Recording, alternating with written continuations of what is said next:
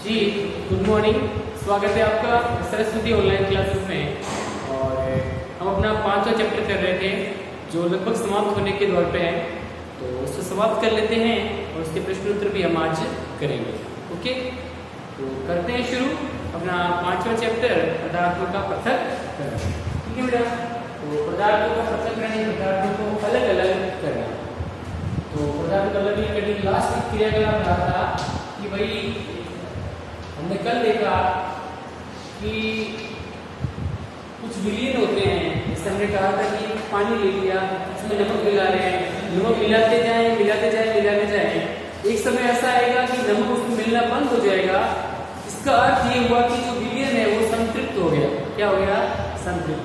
उसमें और अधिक पदार्थ नहीं घोला जा सकता। तो कोई भी पदार्थ किसी विलयन में या किसी द्रव में घोला जाता है तो वो एक लिमिट तक घोला जाएगा, उसके बाद उसको और नहीं घोल सकते। इसका मतलब वो विलयन क्या हो गया? संतृप्त हो जाता है। अभी लास्ट क्रियाकलाप है कि क्या जल में, पानी में किसी पदार्थ कितना भी घोल सकते हैं? नहीं, सभी पदार्थों की अलग अलग मात्रा पानी में घोली जाती है। एक बीकर में सब 2 बीकर ले लो, 2 बीकर लेकर 2 बीकर ले लें, दोनों में 2 बीकर लेकर दोनों में 1-1 कप पानी डालते हैं। 1-1 कप क्या डालते हैं? पानी। अब पानी तो उतना ही रहेगा, 1-1 कप पानी डालते। तो 2 बीकर लेकर दोनों में 1 कप पानी डालते हैं तो क्या होता है? अब 1 बीकर में नमक 1 चम्मच, कितना? 1 चम्मच नमक मिलाते हैं।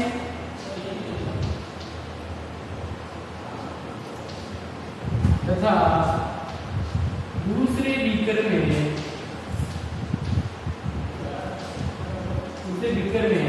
1 चम्मच क्या मिलाते हैं? शक्कर। क्या मिलाते हैं? 1 चम्मच शक्कर मिलाते हैं।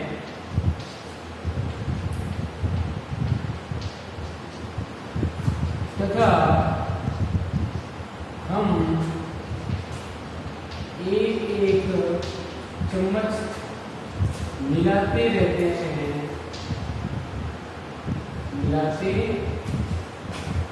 मिलाते रहने पर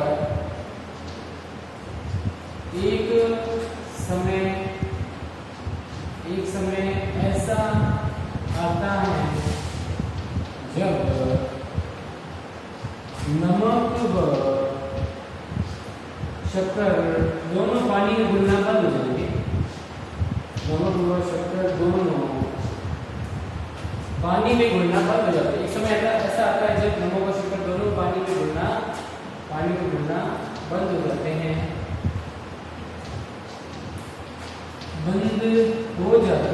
मतलब विलयन क्या जाता है? संतृप्त। अब और नमक और शक्कर घुलना बंद हो जाएगा तो विलयन संतृप्त हो जाता है। तो विलयन क्या हो जाता है? संतृप्त हो जाता है। तो ऐसा विलयन क्या होता है? संतृप्त विलयन। और हमारे द्वारा हमने कितने शक्कर और नमक की एक बीकर लिया, उसमें नमक पानी डाला 1 कप, दोनों में 1 कप, इसमें 1 कप पानी दूसरे बीकर में। एक बीकर में हम नमक की 1 चम्मच डाल रहे हैं, दूसरे बीकर में 1 चम्मच शक्कर डाल रहे हैं, फिर दोनों फिर वापस 1 चम्मच नमक डालेंगे, 1 चम्मच शक्कर डालेंगे। 1 चम्मच शक्कर डालते रहते हैं। एक समय ऐसा रहेगा जब नमक नहीं मिलेगा, और शक्कर डालने पर भी ऐसा ही होगा कि शक्कर डालते रहेंगे। एक समय ऐसा आएगा कि अब शक्कर घुलना भी बंद हो जाएगा। इसका मतलब दोनों विलयन क्या हो गए? संतृप्त। इसमें और अधिक पानी और अधिक इसमें पदार्थ नहीं घोला जा सकता, तो संतृप्त विलयन होता है। अब अपने कितने चम्मच नमक डाला, कितने चम्मच शक्कर डाला, तो हमारे द्वारा डाले गए नमक व शक्कर के चम्मचों शक्कर से भरे चम्मचों की संख्या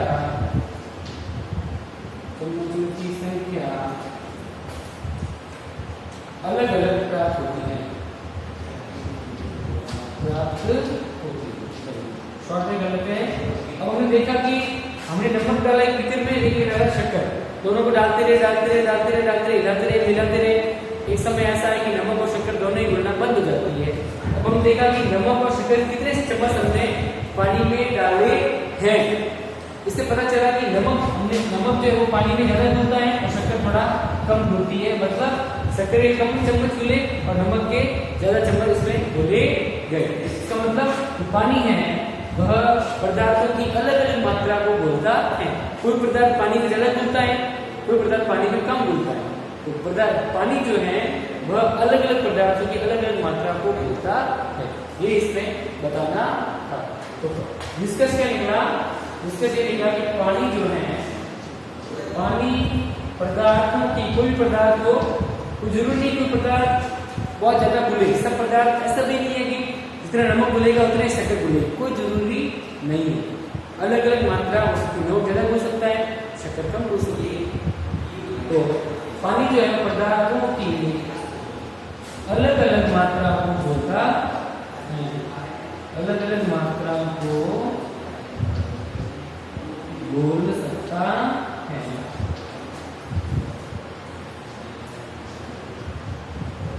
ओके, तो कंप्लीट।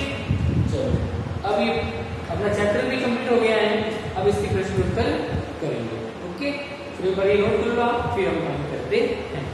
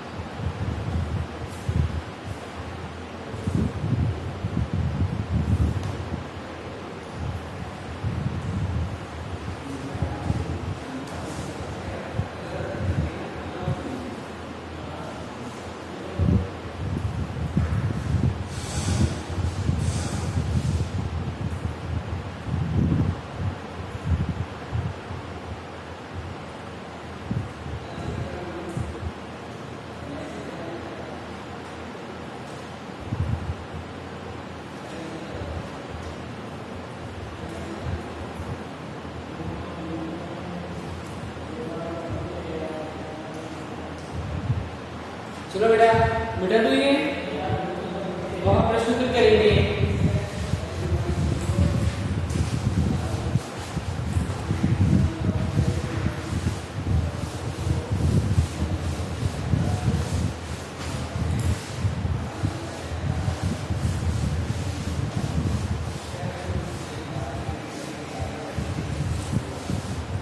फर्स्ट क्वेश्चन देखते हैं। हम प्रश्न उत्तर करेंगे अभ्यास प्रश्न। पहले क्वेश्चन है, क्वेश्चन नंबर फर्स्ट, हमें किसी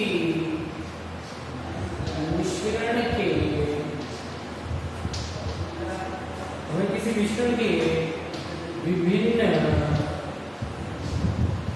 अवयवों को पृथक करने की, यानी अलग करने की, पृथक करने की आवश्यकता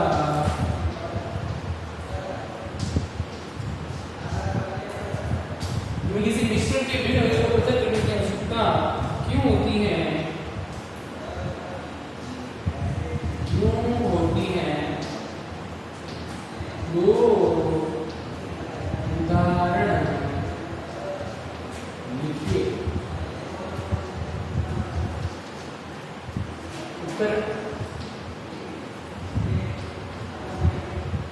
हमें मिश्रण में जो दो अवयव या दो से अधिक अवयव मिले हुए हैं उनको वापस अलग करने की आवश्यकता क्यों होती है? क्योंकि मिश्रण को अलग करने, मिश्रण का उपयोग करने से पहले उसमें जो अच्छा उपयोगी पदार्थ कौन सा है और अनुपयोगी पदार्थ कौन सा है। मिश्रण में सभी पदार्थ उपयोगी थोड़ी होते हैं। जैसे अपन में रेत और नमक मिला हुआ है, वो मिश्रण है, तो अब रेत को तो अलग करना पड़ेगा। आप नमक का प्रयोग करना चाहते हैं, रेत को अलग करना पड़ेगा, क्योंकि रेत क्या है? अनुपयोगी यानी हानिकारक पदार्थ है।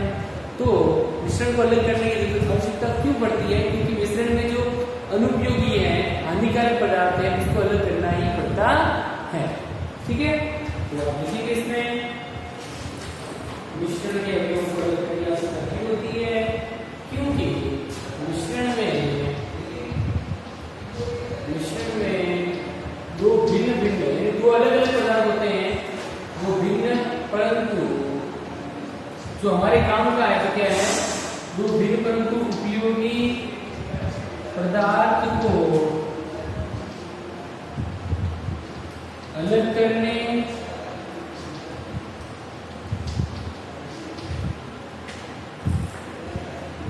हानिकारक कुछ ऐसे मिश्रण होते हैं जिसमें कोई वस्तु होती है वो क्या होती है, हानिकारक। तो हानिकारक वस्तुओं को अलग करना, हानिकारक अवयवों या अशुद्धियों को अलग करना, अशुद्धियों को अलग करना, अशुद्धियों को अलग करने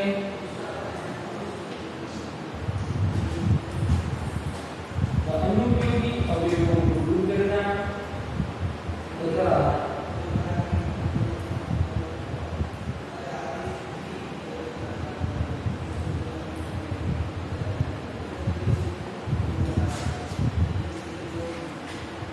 अवयव अशुद्ध अलग करने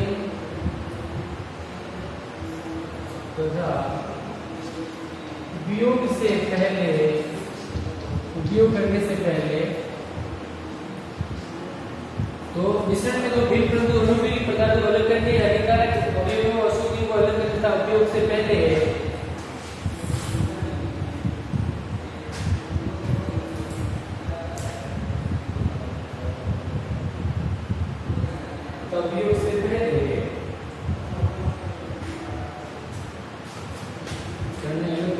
तथा उपयोग से पहले मिश्रण में से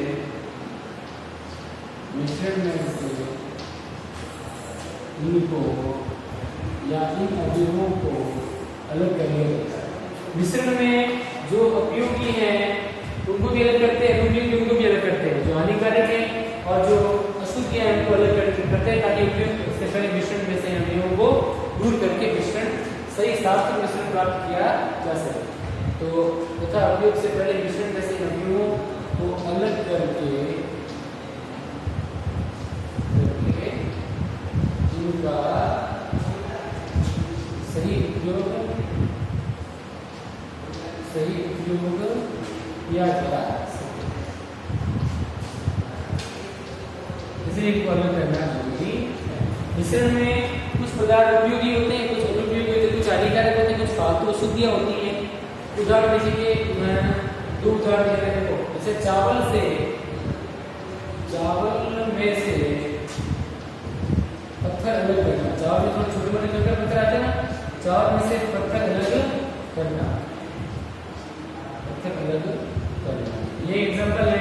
अब चावल क्या है, उपयोगी, पत्थर क्या है, उपयोगी पदार्थ को अलग करना, अनुपयोगी पदार्थ को अलग करना। और दूसरा एग्जांपल है,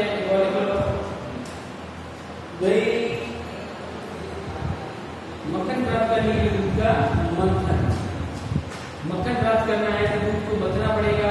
तो मक्खन प्राप्त करने के लिए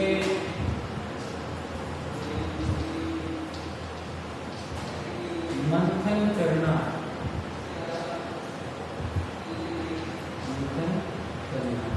ओके। दो एग्जांपल हो गए। दूसरा क्वेश्चन क्या है, देखो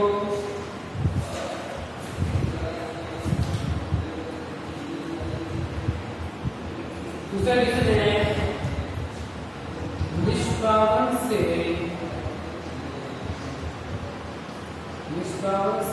क्या अभिप्राय है, निष्पादन किसे कहते हैं?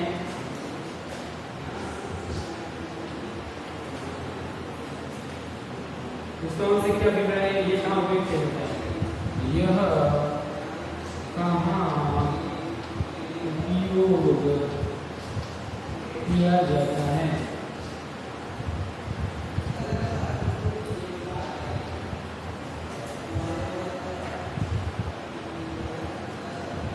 चलो आगे डिस्काउंट किसे कहते हैं? तो डिस्काउंट की बात करते हैं।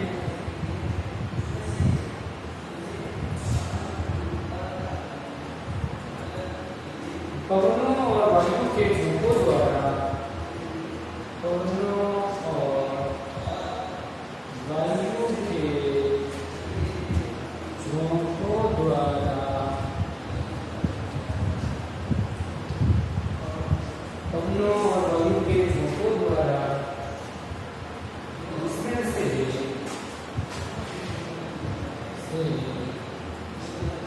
हल्के व भारी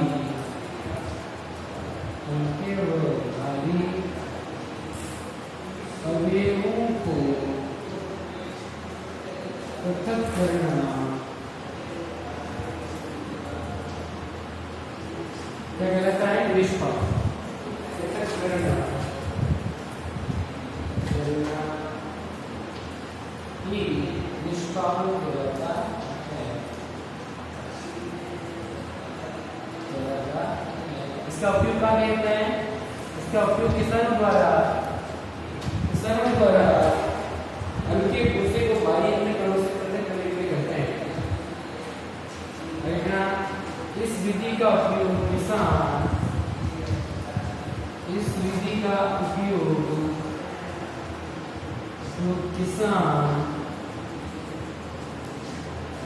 हल्के भूसे में से, भूसा कैसा था? हल्के भूसे में से अनाज के कैसे होते हैं? भारी। तो हल्के भूसे में से भारी अनाज कणों को या अन्य कणों को पृथक करने में किया जाता है। इस विधि का उपयोग हल्के भूसे में से भारी अन्य कणों को या अनाज के कणों को अलग करने में, पृथक यानी अलग करने में किया जाता है। ओके, चलिए लिखो इसको क्या है।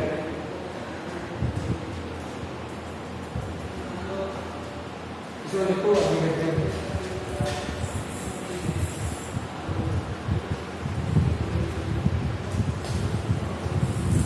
तीसरा क्वेश्चन,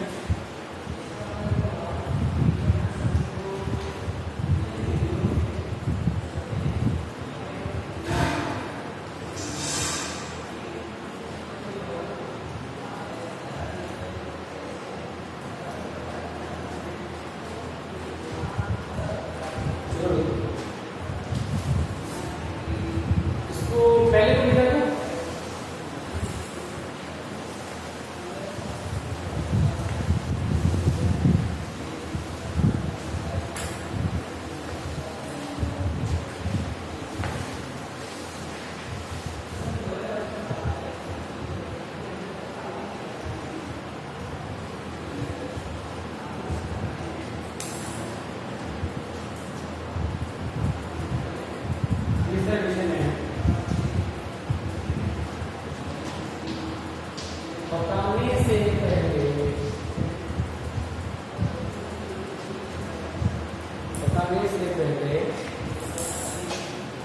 पकाने से पहले दालों के किसी नमूने में से आप भूसे व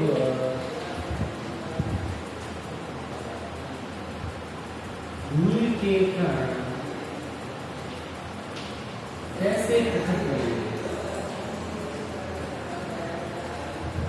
कैसे?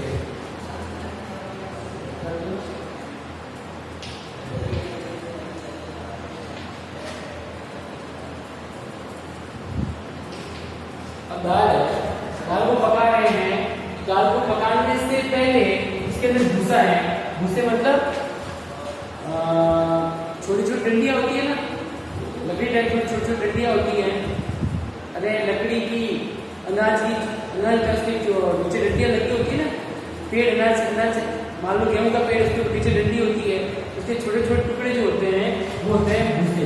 भूसे को अगर दाल है इसके अंदर भूसा भी है, तो भूसे को तो कैसे करते हैं, हाथों के द्वारा अलग कर सकते हैं। अब दाल में छोटे छोटे होते हैं टुकड़े, ऐसे लकड़ी के छोटे टुकड़े होते हैं भूसा, उसको कैसे अलग करेंगे, हाथों से चुनकर यानी हस्तचयन द्वारा दाल में से भूसे को हस्तचयन यानी हाथों से चुनकर अलग कर सकते हैं।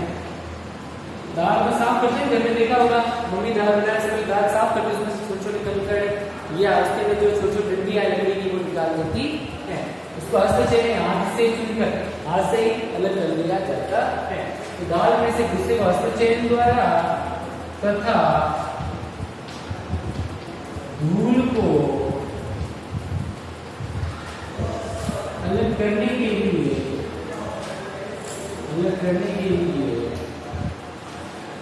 धूल को अलग करने के लिए दाल पकाने से पहले धूल को अलग करने के लिए दाल पकाने से पहले दाल में क्या मिलाते हैं, पानी। दाल के ऊपर जो धूल के कण लगे हुए हैं तो दाल के अंदर पानी मिलाएंगे, जो धूल के कण हैं वो पानी के साथ साथ नीचे चले जाएंगे और तली में बैठ जाएंगे। फिर हम दाल को अलग कर लेंगे, उस गंदे गंदे पानी को अलग कर लेंगे। उस गंदे पानी में क्या है, धूल के कण या मिट्टी के छोटे छोटे कण। तो दाल पकाने से पहले दाल में क्या मिलाते हैं, पानी। दाल में पानी मिलाने पर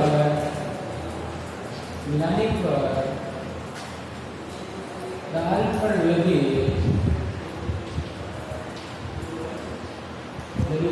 धूल के कण, दाल पर लगे धूल के कण पानी के साथ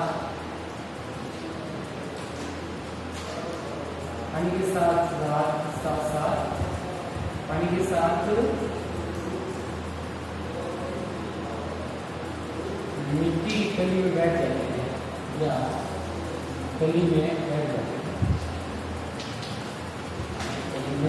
जाते हैं। पानी मिलाएंगे तो क्या होगा, दाल के ऊपर जो धूल कण लगे हुए हैं वो पानी के साथ कली में बैठ जाते हैं। इस प्रकार हम दाल में से भूसे और धूल के कण को अलग कर सकते हैं। छोटा विषय देखो, इसको फिर आगे करते हैं।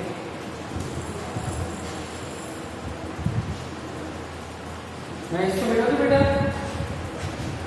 चौथी को मिटा दूं।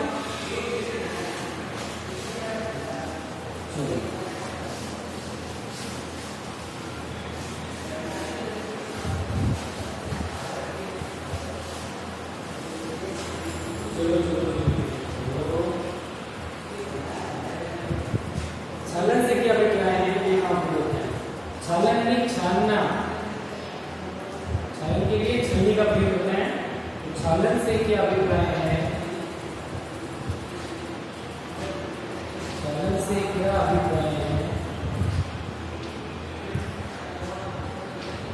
ये कहाँ उपयोग होता है।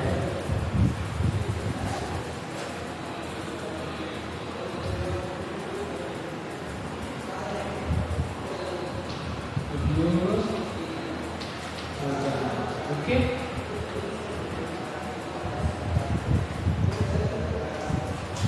चलो उत्तर में लिखेंगे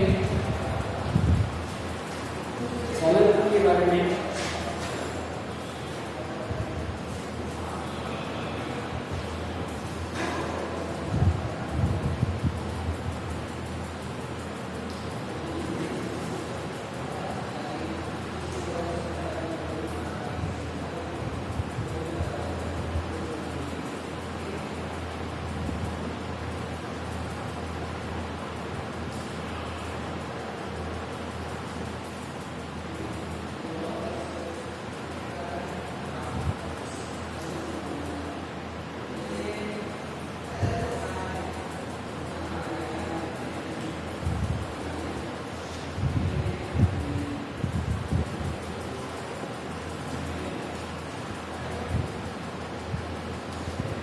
छालन विधि का उपयोग, छालन या छलन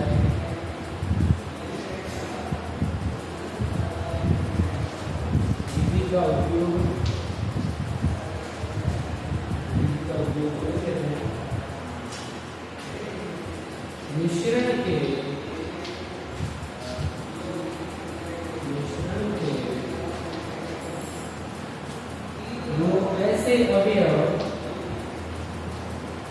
दो ऐसे अवयवों जिनकी आंखों में अंतर हो, जिनकी साइज में क्या हो, अंतर हो, आंखों में अंतर हो,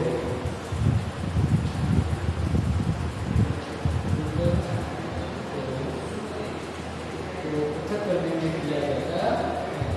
जिनके दो ऐसे पदार्थ जिनकी आकृति में अंतर हो, एक बड़ा और एक छोटा हो, तो बड़े और छोटे अवयवों को अलग करने के लिए इस चालन विधि का उपयोग किया जाता है। पृथक करने के लिए किया जाता है।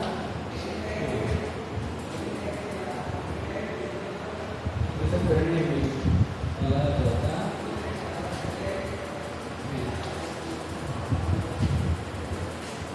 इसके लिए छन्नी का उपयोग किया जाता है। इसके लिए छन्नी या छाननी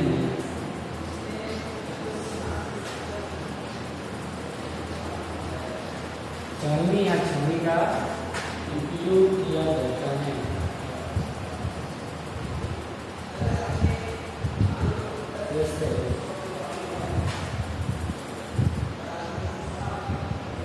आगे से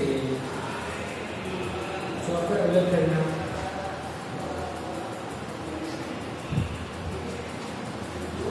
अलग करना,